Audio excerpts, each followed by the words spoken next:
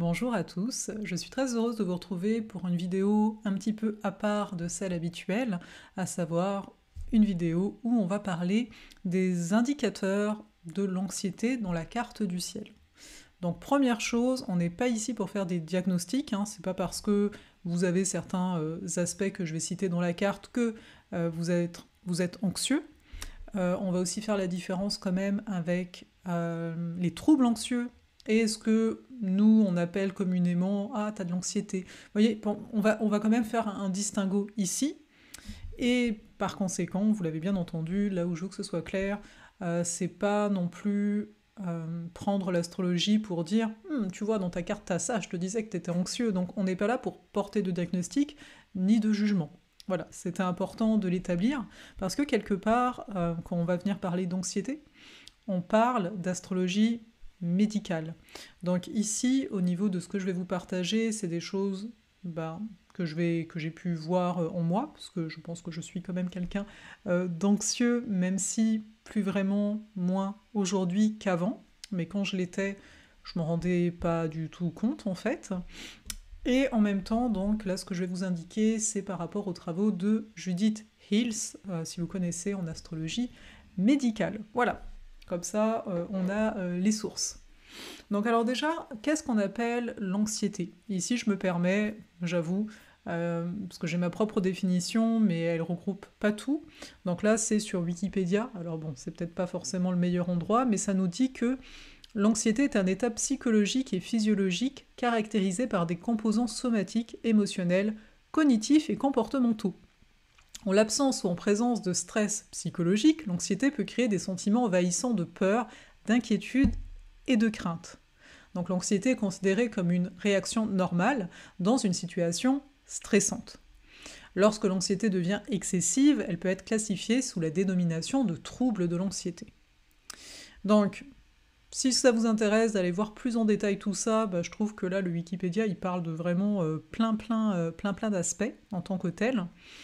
Parce qu'on voit les aspects physiques, il y a des effets physiques de l'anxiété, palpitations du cœur, faiblesse musculaire et tension, fatigue, nausées, douleurs thoraciques, douleurs abdominales ou maux de tête. Ça peut impacter les fonctions du système immunitaire et digestif, qui vont ici diminuer. Et on s'entend, là on fait le distinguo entre l'anxiété et la peur panique ou encore l'angoisse, qui vont être différentes. Voilà, sinon au niveau des effets émotionnels, on peut avoir plus de mal à se concentrer, on peut avoir des tensions dans le corps, une certaine nervosité, une tendance à anticiper le pire, à être irritable, à se sentir agité. Et moi j'ajouterais la sensation d'être insécure, donc se sentir en insécurité, ce qui fait que l'esprit est toujours en train de vérifier plein de choses. Cela étant dit, donc maintenant qu'on sait un peu plus de quoi on parle, quand je vous disais que personnellement, maintenant je me dis oui, quand même, t'as un côté anxieux, t'avais un côté anxieux, aujourd'hui, comme dit, j'ai mis des choses en place, etc., donc ça va mieux, même si il y a toujours, on va dire, des couches et compagnie, c'est parce que notamment le fait de... Alors j'ai toujours réussi à me concentrer, c'est ça en fait aussi qu'il faut voir, parce que je trouve que dans ces définitions-là, il y a un côté, t'as l'impression que tu te concentres plus du tout. Je pense qu'on est quand même dans un monde, notamment avec les notifications sur le téléphone, etc., qui prédispose à plus d'anxiété. Donc souvent on va parler de stress, en tout cas personnellement c'est plus ce terme-là qui revenait. Mais dans les faits, est-ce que ce serait pas une forme d'anxiété? C'est-à-dire que tu n'arrives pas à être dans le moment présent, tu es tout le temps, donc une agitation, tu es tout le temps en train de regarder ce qui se passe sur ton téléphone, tu ouvres X onglets, voilà, et tu n'arrives pas à en fermer un parce que tu te rends compte, il faudrait pas que tu oublies d'aller lire cet article que tu as trouvé, parce que comme si c'était le truc le plus important du monde. Après peut-être, là c'est vraiment moi ma perception de ce que je veux vous apporter au niveau de l'astro, de comprendre comment ça, comment dans notre quotidien ça prend forme, parce que quelque part je pense que c'est ça qui est important, parce que c'est concret. Ça peut être aussi le coup de tu fermes la porte, mais tu ne te rappelles plus si tu as bien fermé la porte de chez toi, donc tu reviens pour vérifier. Certains vont parler de toc, mais dans l'absolu, ça reste ces formes-là d'agitation, de se dire, t'étais tellement pas dans l'instant que t'es en train de te préoccuper de te dire, oh là là, si j'ai pas fermé la porte, c'est le pire. Voilà, ici, il se passe de quoi? Il faut absolument que j'aille vérifier. Et en même temps, ça vient chercher une peur par rapport à est-ce que j'ai fermé, donc par rapport au passé. Je vais m'arrêter là. Je suis en train de me dire, dans le début de vidéo, il n'est pas forcément très clair, j'espère que ça l'est sincèrement. Et là, on va rentrer au niveau astrologique. Qu'est-ce qu'on peut trouver qui se rapporte en fait, hein. Moi, j'aime bien voir l'astro comme on est des détectives, c'est-à-dire par rapport à ces choses-là, je pars plus du principe qu'ok, t'as remarqué que t'avais ce que je viens de décrire par exemple, et à partir de là, tu vas regarder dans ta carte. C'est pas tu te sens super bien et t'as ce que je t'ai dit dans la carte, va pas t'inventer des choses, hein, ça sert. Je comprendrais pas le principe en fait, simplement. Donc voilà. Alors, au niveau de quelles énergies peuvent être porteuses, parce qu'elles ne sont pas porteuses que de ça, hein, on s'entend, heureusement, il peut y avoir le signe du cancer en tant que tel. Pourquoi ça? C'est un signe qui est très à faire attention aux autres, en règle générale, donc beaucoup moins à faire attention à lui. Donc cette tendance finalement à vouloir que les autres soient bien, etc., peut l'amener à ne pas considérer ses propres besoins. Et quand on ne considère pas nos propres besoins, quand on s'oublie dans l'équation, eh bien on peut développer une anxiété de se dire, est-ce que en fait c'est une anxiété quelque part limite un peu relationnelle, voilà, toujours en train de se dire, est-ce que c'est bon, je lui ai donné, je lui ai dit toutes les infos qu'il fallait pour... Vous voyez. Donc le cancer, par cette tendance quelque part à vouloir prendre soin, peut développer ça. Aussi, il est gouverné par la Lune. Il y a le côté lunatique. Alors, c'est différent lunatique, bien entendu, mais c'est juste de comprendre que la Lune, elle a des cycles. Et que donc, quand on a une énergie cancer, donc quand je dis cancer, c'est le Soleil en cancer, la Lune, Vénus, Mars, Mercure, les premières, les planètes plus personnelles, voilà, entre autres. Donc, ce que je voulais amener, c'est vraiment l'aspect qu'il y a donc une rythmique avec la Lune. Ici, c'est de l'eau, mais c'est de l'eau qui change en fait. Donc on peut être plus à même de des fois ne pas mettre de limites et prendre aussi les préoccupations des autres et se dire t'inquiète, moi je vais le faire. Faut voir que le cancer est un signe cardinal, donc c'est un signe de bonne volonté d'une certaine façon, et il veut prendre soin. Donc par là même, c'est vas-y. Un peu la notion de la mère, vous voyez, avec un grand M. Ok, je vais prendre soin de tes choses, c'est moi qui vais gérer, sauf que un moment, ça peut créer une anxiété, à savoir je suis tout le temps en train de penser à plus tard, ou tout le temps en train de penser est-ce que j'ai bien fait les choses, est-ce que je lui ai dit de quoi, etc. Donc avec le cancer, il y a ça. Après, dans l'énergie même du cancer, enfin l'énergie, pardon, dans le dessin du cancer, on a quoi? C'est un crabe, ok? Il a une coque de protection parce que dedans, c'est tout tendre. Et le crabe, il marche de côté. Oui, il marche de côté, donc quelque part, il y a un peu ce côté... je vais pas aller affronter le truc qui me fait peur forcément tout de suite, tu vois, je vais faire tout un détour, etc. Donc aussi dans l'imagerie, on va dire ici du signe, on peut se dire, il y a une volonté, enfin en tout cas un rappel de se protéger soi, parce qu'il y a une grande sensibilité intérieure. Et quand on est sensible, moi j'aime bien voir ça comme... il y a une forme de souplesse qui peut être là.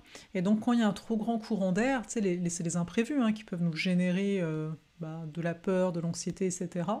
Même si la peur ce sera un petit peu à part, mais c'est pour que vous compreniez les termes qu'on a tendance à se dire en dedans. Et donc c'est de comprendre ici que c'est bien d'avoir aussi des bonnes bases. Dans l'énergie cancer, en plus, il y a ce rappel des racines en fait, des origines. Donc prenez bien soin, si vous retrouvez dans tout ça, prenez bien soin de votre émotionnel. Prenez le temps d'être avec vous avant de vous occuper des autres. Et quelque part, petit à petit, c'est sûr que si c'est installé, c'est pas du jour au lendemain, ne laissez pas traîner les choses, quoi. Quelque part, tu sais que tu as un truc à faire qui est en train de te générer justement de l'anxiété, de te dire « Oh là là, ici ça se passe pas bien », le tout c'est de le faire, le tout c'est d'y aller. Et donc, je dirais à la fin, de façon générale, mais je pense que vous connaissez comment non pas se calmer, mais se ramener à soi. Je trouve ça beaucoup plus juste que se calmer.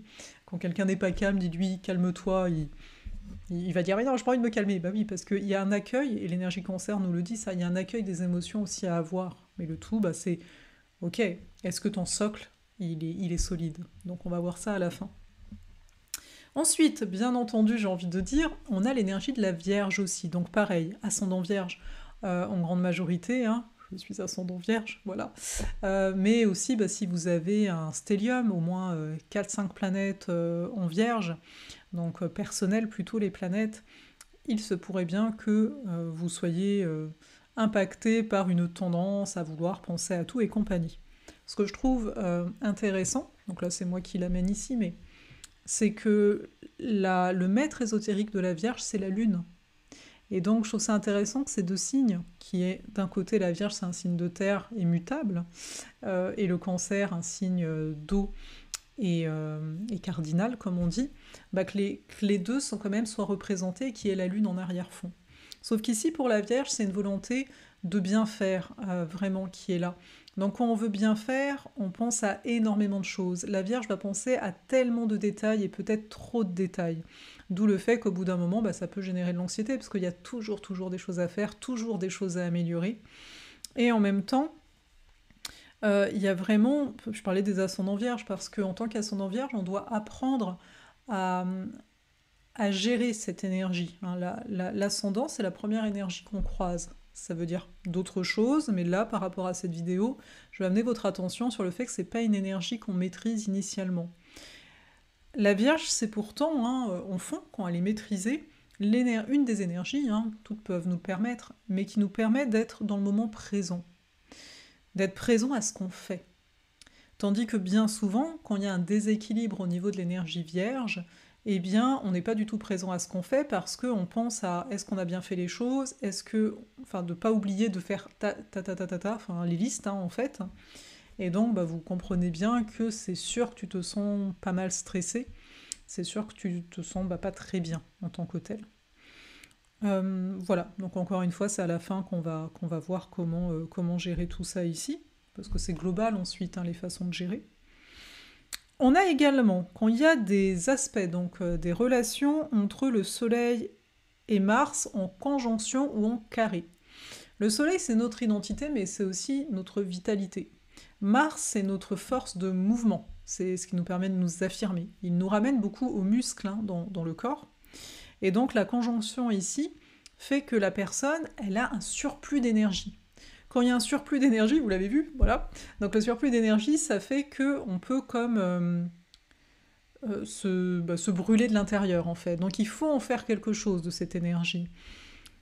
Dépendant bien sûr du signe dans lequel va être la conjonction, c'est certain que la façon d'affirmer ce mouvement-là, de le sortir cette énergie de nous sera différente. Peut-être qu'un soleil-mars en poisson va peut-être sortir ça en faisant de la peinture, mais de façon par rapport à un soleil-mars en bélier qui serait plus dans le sport, dans le physique, mais quand même dans l'absolu, quand il y a les deux qui sont ensemble, bah il faut utiliser cette énergie. En fait, c'est ça qui crée l'agitation intérieure. Donc souvent, on va dire, ben, si tu fais une activité sportive, si tu vas marcher, si tu vas te promener, il y a quand même de l'utiliser, de le sortir, mais par le corps, pas que par l'intellectuel, en fait. Et dans le carré, c'est le même principe ici. Le carré Mars-Soleil, c'est du genre, j'ai ma vitalité, mais ma façon de l'utiliser ne va pas dans le même sens que ce qu'elle est automatiquement. Donc à un moment, c'est de savoir nourrir les deux. Donc dépendant des énergies en présence, ça va donner le comment quelque part. Mais c'est sûr que ici, il y a une volonté d'action avec Mars, en général. Hein. Après, si vous avez un Mars 112, ouais, ce serait une autre histoire. Mais même si, peut-être aussi, hein, faut pas faire non plus de catégorisation. Mais voilà. Autre point. On a également la conjonction Mercure-Soleil. Alors, ça arrive assez fréquemment. Alors là, je parle vraiment de la... parce que le Mercure est jamais très loin du Soleil. C'est ce qu'on appelle le fait qu'ils soient en combustion, en fait, quand ils sont l'un sur l'autre. Alors souvent, pourquoi ça amène de l'agitation? Parce que là, on se définit beaucoup par rapport à nos pensées. Donc les pensées peuvent avoir beaucoup d'importance. Donc c'est comme si on était une... J'ai pas envie de dire ça comme ça, mais bon, c'est rigolo. Une tête sur pattes, vous voyez, c'est... Voilà, je dois faire quelque chose, etc. Et on peut aussi retrouver ce... Donc il y a plein d'idées. On peut aussi retrouver ce surplus d'idées, mais avec en plus un côté plus de rumination, les pensées intérieures, avec un Mercure rétrograde. Donc là, ici, moi ce que je vous propose, parce que là c'est vraiment propre à vous, à la fin on voit les choses plus générales, mais pour tout le monde, hein. Voilà. Pour revenir au calme, en fait, ce serait de noter.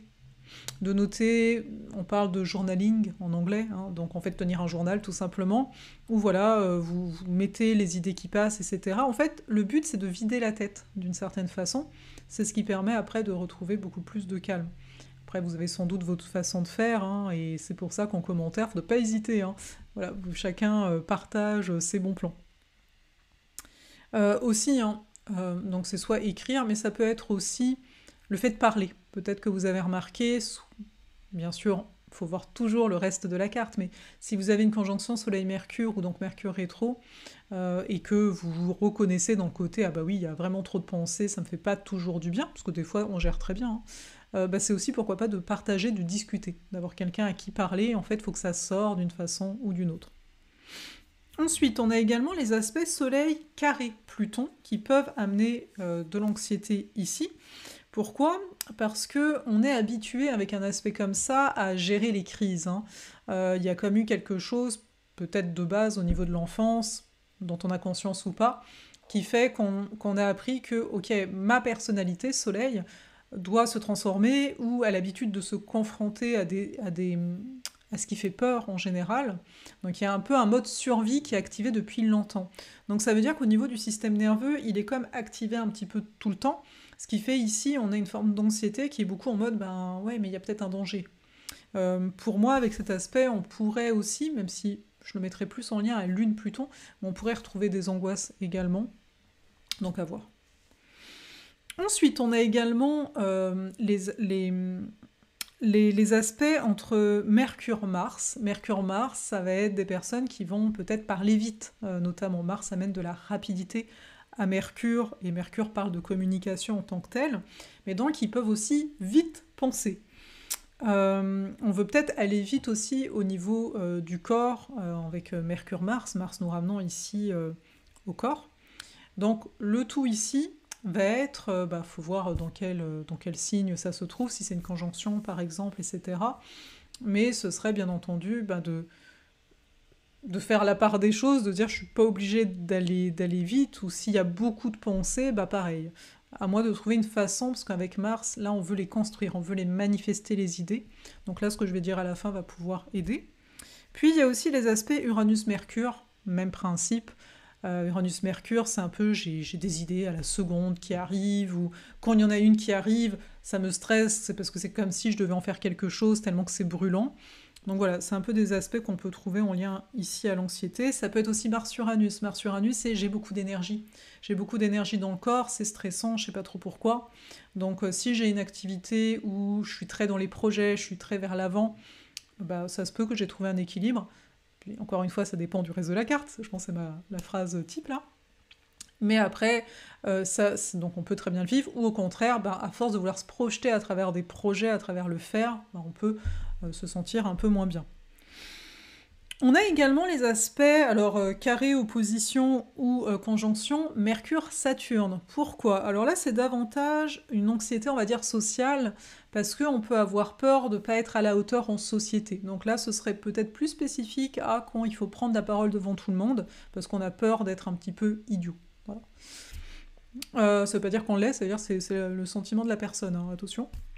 Ensuite, on a les aspects avec Neptune, notamment Neptune-Lune, Neptune-Soleil, Neptune-Mercure. Pourquoi? Ou Neptune en 12. Parce que Neptune, il y a un peu ce non... aucune limite avec l'environnement. La Lune, c'est comment je me sens en dedans. Donc en fait, des fois, je peux ressentir le stress des autres, enfin tout ce qui se passe chez les autres, et à moi d'apprendre à gérer ça. Donc là aussi, il y a une histoire de poser des limites. Quand je dis poser des limites, c'est se recentrer, on voit ça après. Neptune-Soleil, bah, c'est un peu le même principe. J'ai tendance par exemple, à me définir à travers ce qui se passe dans mon environnement. Donc peut-être des fois, je vais me définir, je vais capter un stress ambiant alors que ça ne me concerne pas. Là, on pourrait voir tout ce qui est en lien à Neptune, ça peut être aussi tout ce qui est, vous savez, en lien au climat. Tu sais, par rapport à ce qui se passe là sur la Terre, hein, certains vont avoir, on peut parler aussi d'hypersensibilité peut-être ici, qui peuvent provoquer, du fait d'être très sensibles, peuvent provoquer peut-être, ce n'est pas une obligation, plus d'anxiété. Et puis Mercure-Neptune, parce que Mercure, encore une fois, c'est les idées, donc l'anxiété, il y a quand même beaucoup un côté de je pense à plein de choses. Avec Neptune, tu peux penser vraiment à plein de choses, même des choses, c'est même pas ta vie, quoi. Tu es en train d'imaginer des choses. Et Neptune en 12, en général, on est très sensible à l'environnement, parce qu'il y a encore une fois, Neptune est chez elle en maison 12, donc il n'y a aucune limite.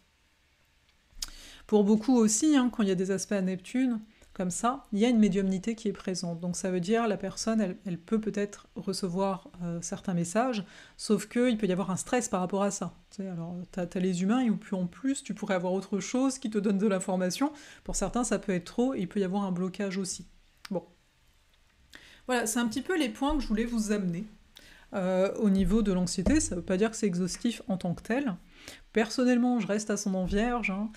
J'ai un Mercure Taureau et une conjonction large, mais quand même à Mars. Donc je me dis, bon, bah, j'ai quelques petites choses, j'ai une lune opposée Neptune.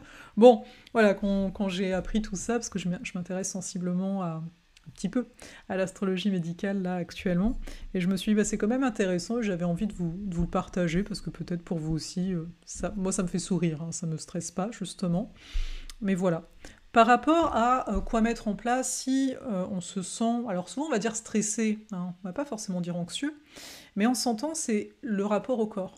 Bon, moi j'ai remarqué qu'il y avait vraiment, même si ça fait des années hein, qu'on dit bah, prends soin de ton corps, etc., dépendant, on peut avoir une facilité à être plus dans la tête, ou dans le cœur, tu sais, on va dire dans le cœur, ouais, mais ton corps. Donc pour moi, c'est vraiment ramené au corps, c'est vraiment ramené à la notion du système nerveux. Alors ça veut dire quoi? Ça veut dire que ce qui est bien avec le corps, c'est que c'est très simple en fait, mais c'est à nous de nous discipliner derrière. J'ai beaucoup parlé de limites pendant la vidéo, c'est très saturant, et on en a besoin, si on veut prendre soin de notre structure, de notre corps, bah, qui est là pour nous initialement. Ça va être la respiration.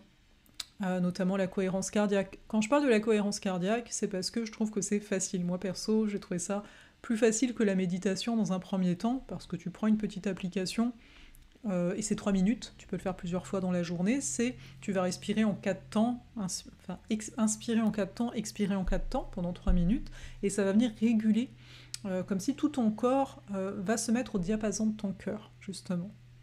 Il y a bien sûr la méditation, donc certains vont préférer les méditations guidées. Personnellement, les méditations guidées, c'est plus quand je vais chercher quelque chose peut-être de spécifique, mais sinon en général j'aime bien la méditation qu'on nomme pleine conscience, donc c'est-à-dire d'être, alors tu peux partir de ton corps et tu vas laisser passer, tels des nuages, les pensées en fait, qui vont être là. Ensuite, il y a le chant. Pourquoi? Parce que quand on chante, on va venir toucher le nerf vagal, qui est un nerf en fait qui gère au niveau du ventre. Donc bah, bien sûr, parce que dans le chant, on gère aussi la respiration. Donc en fait, tout ramène beaucoup à la respiration. Il faut voir que la respiration, moi je l'aperçois vraiment, et pas que moi, je pense comme un bercement en fait, un massage intérieur hein, dans notre corps, donc qui vient masser tout ce qui est organes, intestins, etc. Parce que, bah, comme on l'a dit, là c'était pas propre à cette vidéo, mais on peut avoir des problèmes digestifs, etc. quand il y a de l'anxiété. Donc, je veux dire, ça fait du bien en tant que tel. Après, il y a les étirements. En fait, c'est tout ce qui nous ramène à ralentir d'une certaine façon, mais à être beaucoup plus présent à nous et à notre corps. Bien sûr, quand je dis respirer, c'est aussi penser, c'est des choses toutes bêtes, mais penser à aérer au niveau de sa maison, tout simplement pour faire circuler une air qui n'est pas complètement compactée, sans parler du côté énergétique on s'entend. Ça va être prendre une marche quand c'est possible, se promener pour respirer l'air. Alors dépendant où on est, je sais que l'air sera peut-être pas le même, mais il y a une notion, on apporte du mouvement. On apporte du mouvement à l'intérieur de notre corps et on apporte du mouvement à l'extérieur.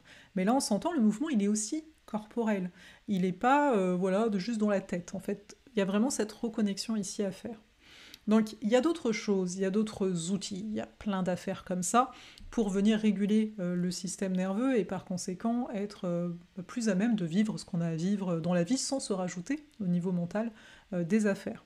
Là bien sûr je parle quand vous avez du stress, ok? Parce que quand c'est un trouble anxieux, on s'entend, c'est que quelque part on a été beaucoup plus loin au niveau de le stress quoi, a été très poussé, il y a peut-être une situation, il y en a peut-être eu plusieurs, et à mon sens ici, vous verrez, il y a des ressources hein, ici sur internet et compagnie, il y a des choses qui peuvent être faites au niveau de l'alimentation. Là, je voulais juste rester aux choses accessibles, je veux dire à tout un chacun, parce qu'après le reste, voilà, si l'alimentation, voir un naturo par exemple ou quoi, peut-être un thérapeute en tant que tel, hein. Donc chacun discerne ce dont il a besoin. Mais par rapport à cette vidéo, c'est ce que je voulais vous apporter ici. Sachez que vous pouvez nous rejoindre sur la semaine de la dualité à l'union, hein, où on va parler de 2024. Donc c'est une semaine complètement gratuite ici, où il va y avoir des invités, où on va parler de cette reconnexion finalement à soi, donc sous différents aspects. Et puis si vous voyez de toute façon cette vidéo au-delà de cette semaine qui se trouve fin novembre 2023, sachez qu'il y a Astrosophale, donc c'est un voyage annuel que j'aime appeler ça. Les portes ici ouvrent, parce que des fois elles vont s'ouvrir à certains moments de l'année, pas tout le temps, ouvrent en décembre en fait, ici 2023 pour l'année 2024, et je vais en profiter dans cet espace-là pour, au-delà de plein de détails astrologiques bien entendu, mais pour vous partager des choses en lien au système nerveux pour prendre soin de soi, parce que pour moi, voilà, au niveau de mon vécu bien entendu, je vois que c'est vraiment ce qui est essentiel, quoi. Parce qu'après, comme on dit, hein, ça on le dit souvent, la santé, etc., ouais, mais ça commence beaucoup, vu qu'on est, je pense, pas mal ici à être un peu dans notre tête, enfin dépendant, hein, parce qu'on a tous aussi notre chemin. Mais donc, prendre soin de cette affaire-là, de vraiment se reconnecter à notre corps et à notre vie, en fait, telle qu'elle est aujourd'hui, hein. Voilà, là-dessus, je vous laisse, je vous attends en commentaire si vous voulez me partager, vous, ce que vous avez dans votre carte et compagnie. Je répète, ce n'est pas un diagnostic du tout, ce n'est pas exhaustif non plus, on fait ce qu'on peut, là on est dans une vidéo en tant que telle, mais je voulais vous partager ces petites trouvailles. Prenez soin de vous.